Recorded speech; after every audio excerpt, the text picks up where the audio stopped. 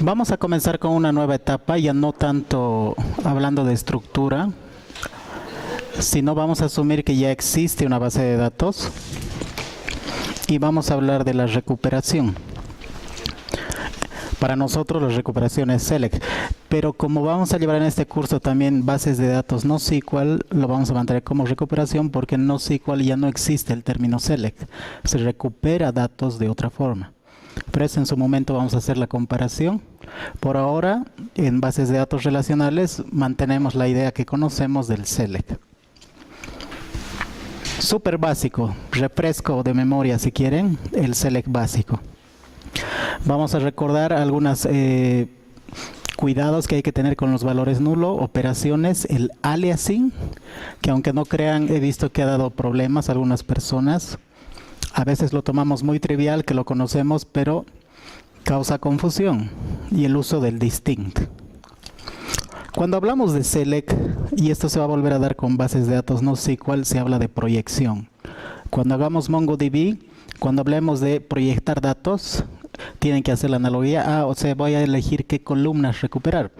Claro que el término columna no se maneja en bases de datos NoSQL, entonces se maneja proyección. Proyección es obtener solo cierto conjunto de valores. La notación ya la conocen. El famoso select asterisco puede ser tanto una columna, una expresión o el mismo alias. Acá hay un ejemplo súper básico. El famoso select asterisco de persona.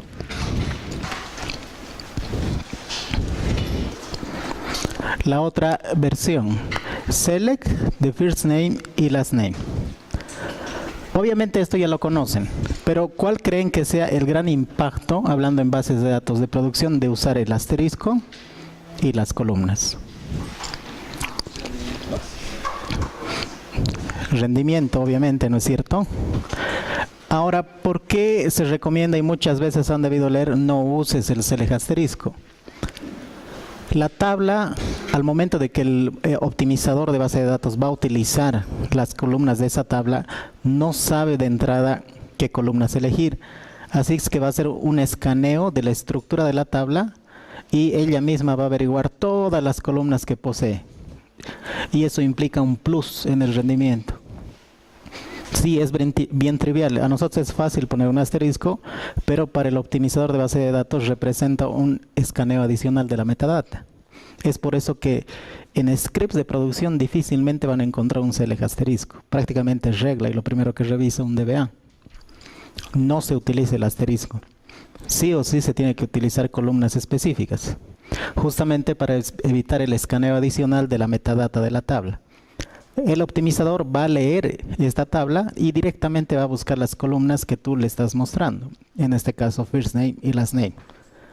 Es bien sencillo, bien trivial, pero es un plus para mejorar el rendimiento. Para la escritura, ya hablando específicamente de SQL Server, hay dos maneras para denotar que ya debería ejecutarse la sentencia. Uno, que es bien común, el punto y coma, que aplica a MySQL, a Oracle, y el Go, que tal vez lo han visto. A veces no le damos mucha importancia, pero el Go cumple la misma función que el punto y coma. Es como indicar ejecuta. Ejecuta. Incluso el Go puede hacer algo adicional.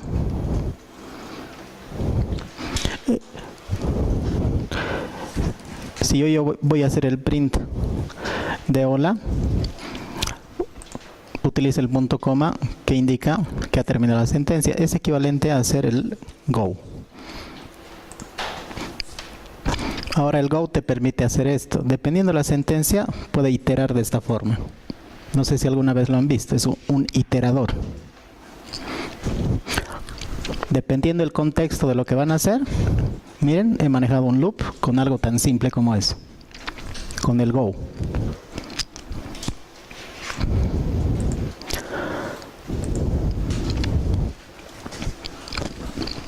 Término de expresiones.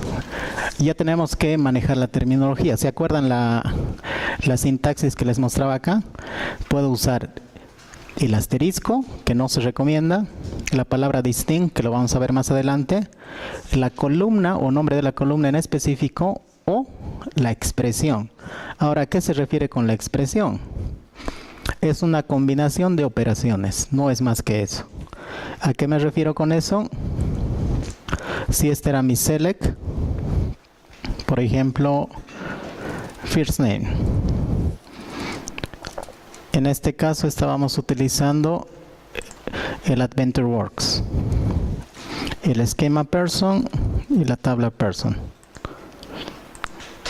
Y tal vez específico first name. Ahí está. Una segunda columna.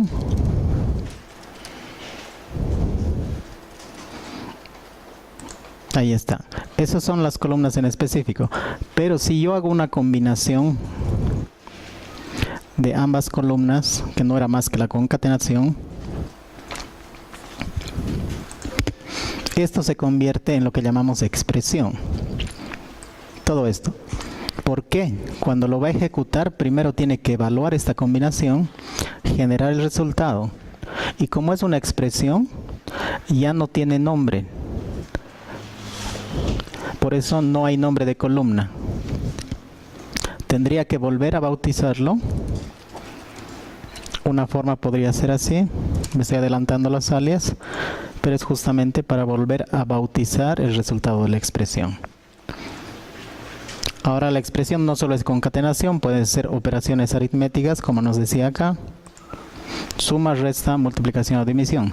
Ahora, ¿dónde aplica estos operadores? En tipos de datos numéricos o decimal o tipo doble. Aquí, por ejemplo, estoy haciendo una suma. ¿Se fijan? Otra vez pierde el nombre de la columna. ¿Por qué? Porque se convierte en una expresión.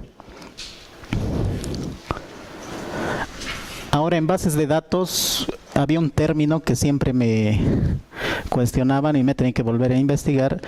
Me dicen que en ciertas operaciones tiene que ser determinístico el resultado. ¿A qué se refiere? Que tiene que tener un resultado esperado. Determinístico, el mismo todo el tiempo. En este caso, siempre va a ser el resultado más 10. El valor anterior más 10. Se podría decir que es determinístico, que no va a variar en la línea del tiempo. Ahora, hay ciertas propiedades con los operadores. Eso desde las bases de matemática. Primero, multiplicación, división, suma y resta. Solo para tener cuidado. Se aplica lo mismo para cualquier cálculo que vayas a hacer en la columna. Es otra expresión adicional. ¿Sí? No hay mayor complicación, aplica las mismas reglas.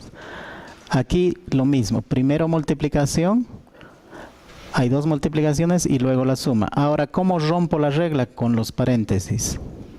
En este caso, primero se va a ejecutar lo que está entre paréntesis y lo va a multiplicar. Ahora, ¿cuál es el impacto de manejar nulos con esas operaciones que estábamos hablando? ¿Cómo impacta el valor nulo? ¿Alguien se acuerda? Y eso desde diseño llega. No sé si hay un valor nulo. Acá en title. Algunos tienen title. Yo había hecho la concatenación del first name más el last name. Ahí no hay ningún problema.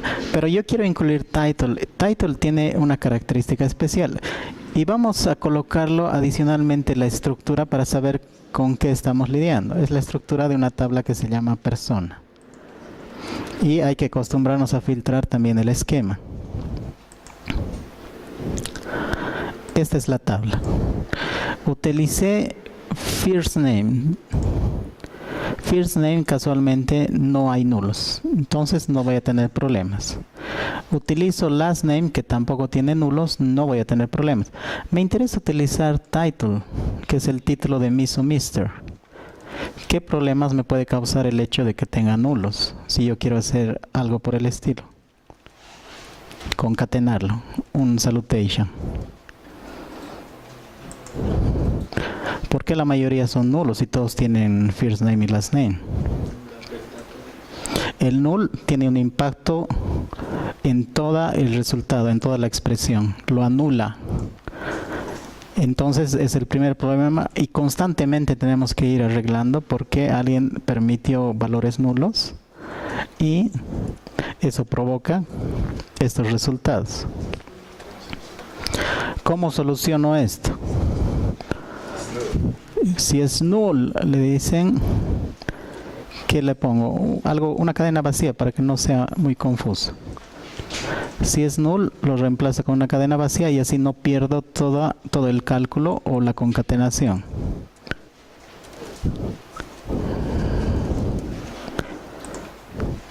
¿Sí? En este caso no hay ese valor nulo.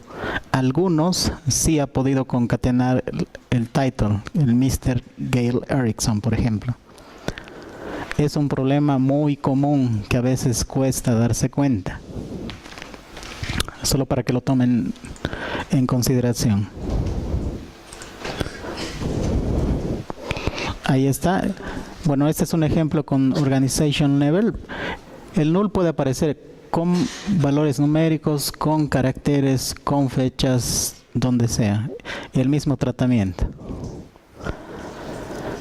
Acá han hecho una multiplicación por el valor nulo y ese resultado devuelve nuevamente nulo. Y eso es un resultado no esperado. Vamos a hablar de los alias. Si voy muy rápido, me dicen. Yo considero que es repaso para ustedes. Pero si a alguien le interesa que lo hagamos con más detalle, me dice. Ya. ¿Quién me dice el ANSI para el alias acá?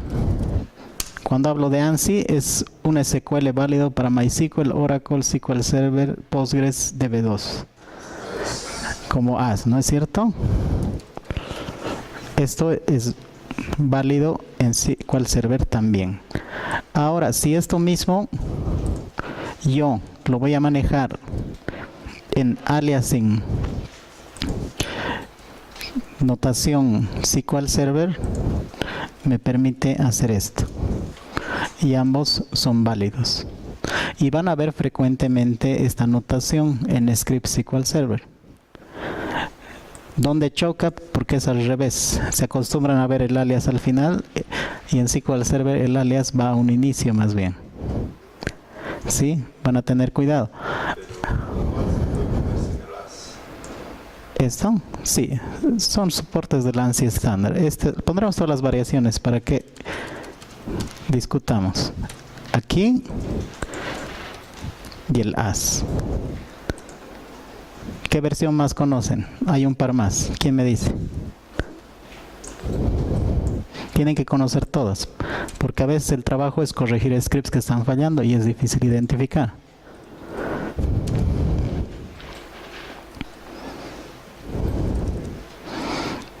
No sé si alguno... ¿Esto me funciona? ¿Qué más puedo hacer de alias? Les hablé de los corchetes, ¿no? Propio de SQL Server.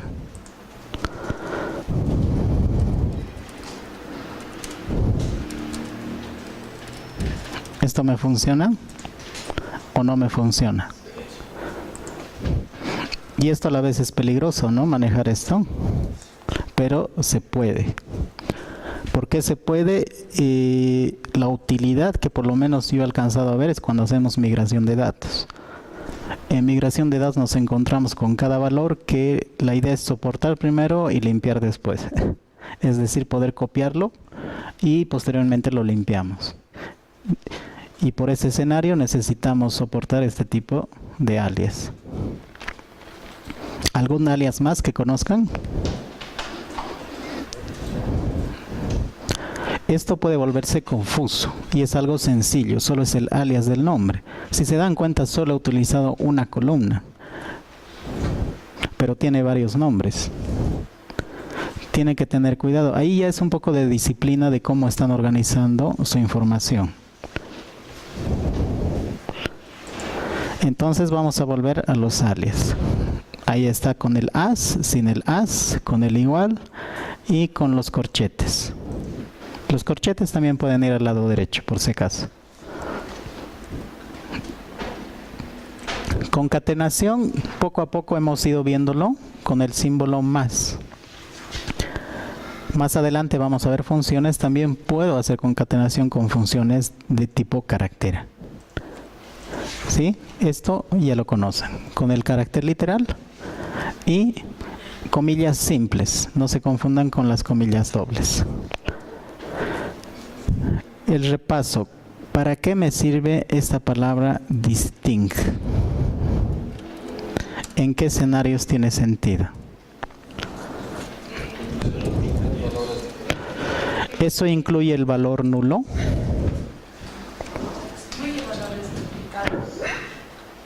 Toda la fila, en realidad. No puede repetirse dentro de la respuesta. Los distintos nombres de toda la columna, ¿verdad? Y si la columna tuviera null, aplica e incluye el null. Title sabes que tiene null, ¿no es cierto? Solo un null, exactamente. Eso tómenlo en cuenta. El hecho que usen distinct no excluye nulos. Y el uso y el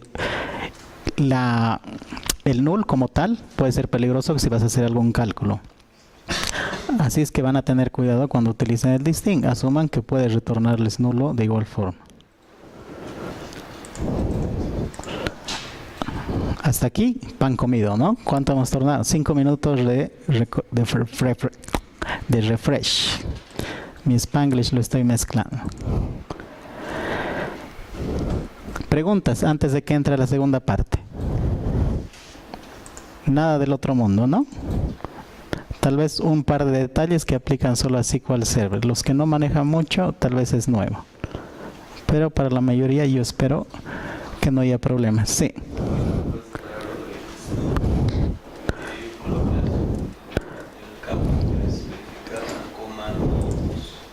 Ah, ya. Ya, el isNull trabaja de esta forma. Para este ejemplo, title es una columna que puede tener null. Esta función... Ah, ya, perdón. Ahora sí. Ah, es porque lo he puesto en modo presentación, ¿no?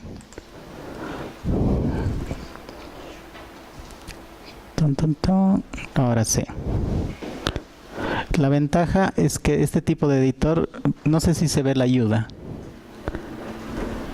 La función integrada isNull recibe una expresión y el valor que se va a reemplazar. Ahora, esto dinámicamente, dependiendo del tipo de data de title es un nvarchar de 8. Entonces, es de esperarse que le envíes un carácter.